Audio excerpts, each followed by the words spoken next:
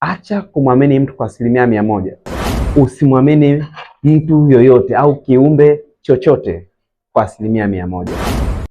Tunaishi kwenye dunia ambayo kila mtu anahitaji uaminifu. Uaminifu kwa mkewe, uaminifu kwa mmewe, uaminifu kwa watu ambao wanamzunguka. Hata wezi wanahitaji uaminifu katika shughuli yao ya wizi ili wasisalitiane. Hata wale wazinzi wanahitaji uaminifu, kwamba yule mtu ambaye anazini naye azini na yeye tu na amwamini yeye tu. Ingalikuwa yeye amepoteza uaminifu kwa mkewe au amepoteza uaminifu kwa mmewe. Hasa leo nataka nikwambie kwamba madhara ya kutengeneza uaminifu kwa 100%. Dunia ambayo tunaishi, usimwamini mtu yoyote au kiumbe chochote kwa 100%, kwa sababu watu wengi ambao walifanya hivyo waliangukia pua. Mwaka 1992 Valentino Stresa alifanikiwa kumpindua Joseph Momo na kuingia madarakani katika nchi ya Sierra Leone. Alipoingia madarakani, akaingia na mke wake Gloria, wakala wakanywa na akafuja mali nyingi sana za serikali, na fedha zote ambazo alizifuja akaziweka kwa jina la mkewe Gloria. Mwaka 1996 na yeye pia akapinduliwa na akaondolewa madarakani.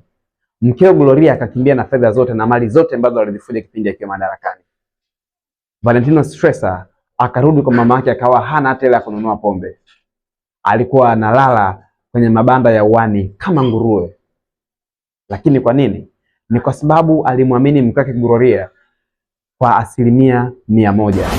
Kijana mmoja alikuwa anatembea mtaani, akamwona mwanamke mmoja mzuri sana. Akaenda akamwambia babake, "Baba samani, kuna mwanamke nimemuona ambaye ni mzuri sana, natamani nimuoe."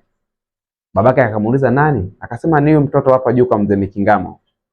Babake akamwambia tena, "Ongea taratibu. Yule ni dada yako, lakini mamako hajui, na hata habari hii naomba iishie hapa na usimwambie mamako." Baba alikuwa anataka uaminifu kati yake na mtoto, lakini mtoto alimpenda sana yule binti. Kwa hiyo alivyoambia na babake yule ni dada yako, yeye bado aliendelea kusonga mbele. Siku akamwambia mama yake, "Mama, kuna binti nimemuona, nimempenda sana, lakini baba aliniambia kwamba yule ni dada yangu. Kwa hiyo niachane kabisa na mawazo ya kumuoa yule binti, kwa sababu yule ni dada yangu. Lakini mama, naomba iwe siri, kwa sababu baba aliniambia nisikwambie." Mamake akamjibu akamwambia, "Mwanangu, kama yule binti umempenda, muoe, kwa sababu hata huyu mwenyewe sio babako."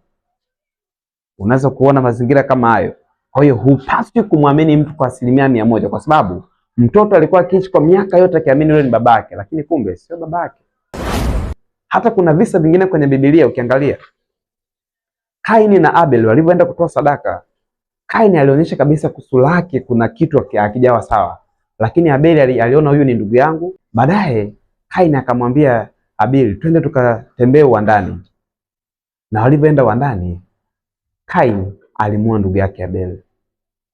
Lakini kumbuka, Abel alimwamini ndugu yake kwa 100% kwamba wanaenda kutembea uwandani, wanaenda kucheza.